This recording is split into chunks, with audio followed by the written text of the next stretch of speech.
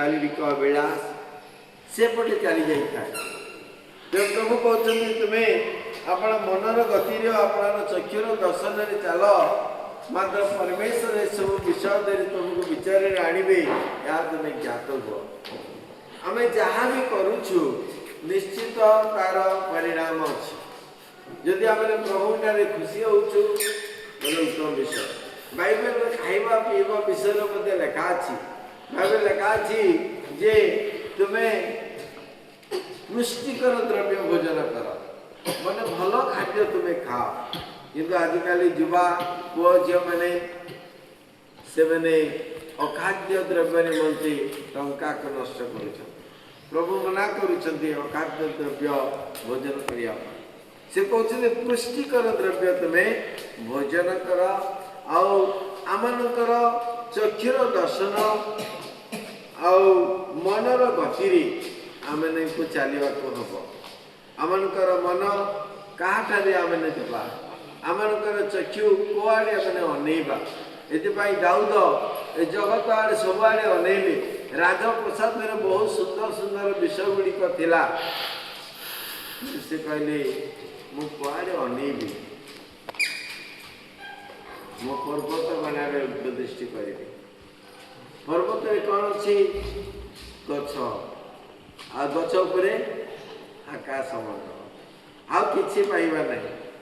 आमने जिते परमेश्वर आड़े अनौचु तेरे निश्चित भाव में एक नुआ विषय आम देखिपर।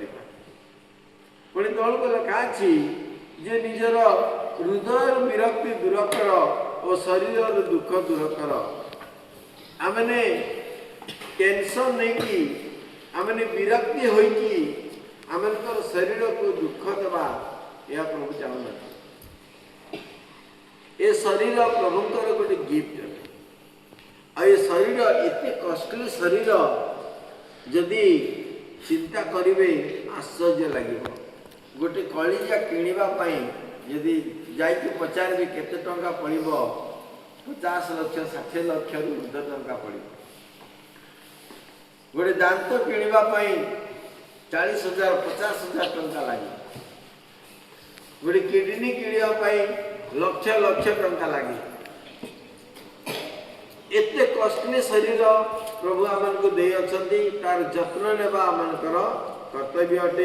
ए यौवन जीवन रे आमे माने आमनकर मनर गति रे चक्षुर दर्शन रे चलिबा हृदय विरक्ति दूर करिबा एवं शरीर दुख दूर करिबा।